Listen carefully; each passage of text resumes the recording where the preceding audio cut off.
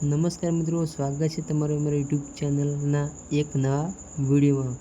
મિત્રો, શિક્ષક ભરતી અંગે ખૂબ જ મોટા અને ખૂબ જ સારા સમાચાર આવી રહ્યા છે। એના વિશે આપણે આજના આ વિડીયોમાં વાત કરવાના છીએ। જે શિક્ષણ સહાયક ભરતી અત્યારે ચાલી રહી છે, જેની અંદર જગ્યાઓ જે છે એ વધારી નાખવામાં આવી છે।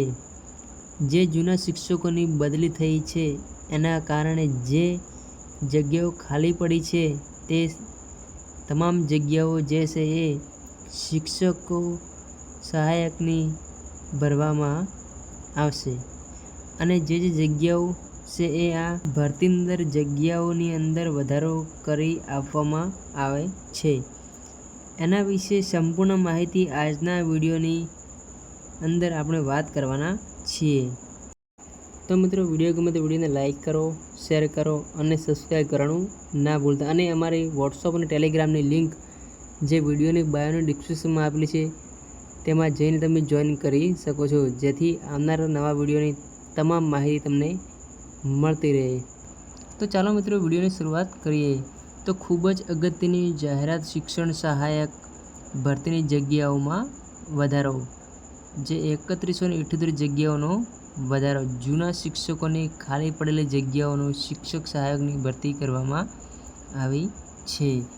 તો મિત્રો, શિક્ષણ સહાયક જે છે એ ભરતી કરવામાં આવશે એવી જાહેરાત આપણા શિક્ષણ મંત્રી ડૉક્ટર કુબેર ડિંડોર એ કરી નાખવામાં આવી છે।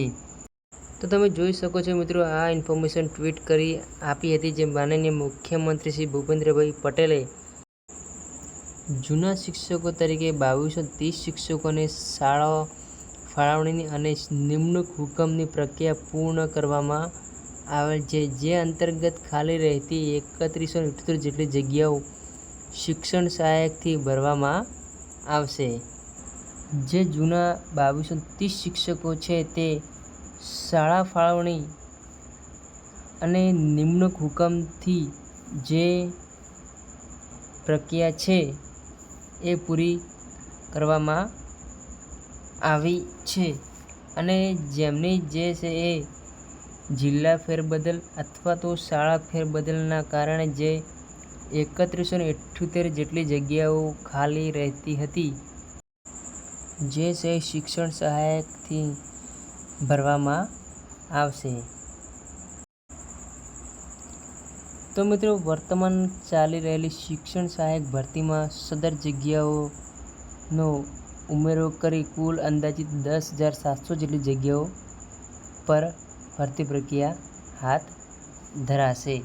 અને અહીંયા લખ્યું હતું કે એમને તો અત્યારે જે શિક્ષણ સહાયકની ભરતી ચાલી રહી છે, જેની અંદર આ 3,178 જગ્યાઓ જે છે એ સમાવેશ કરી દેવામાં આવશે। અને હવે કુલ 10,700 જેટલી શિક્ષણ સહાયકની ભરતી જે પ્રક્રિયા છે એ અત્યારે જે ચાલી રહી છે એની સાથે પૂરી કરી દેવામાં આવશે। જે 3178 શિક્ષણ સહાયક જે છે એ ભરતી ચાલુ ભરતીમાં ઉમેરી જેટલી જગ્યાઓ છે એ વધારી નાખવામાં આવી છે।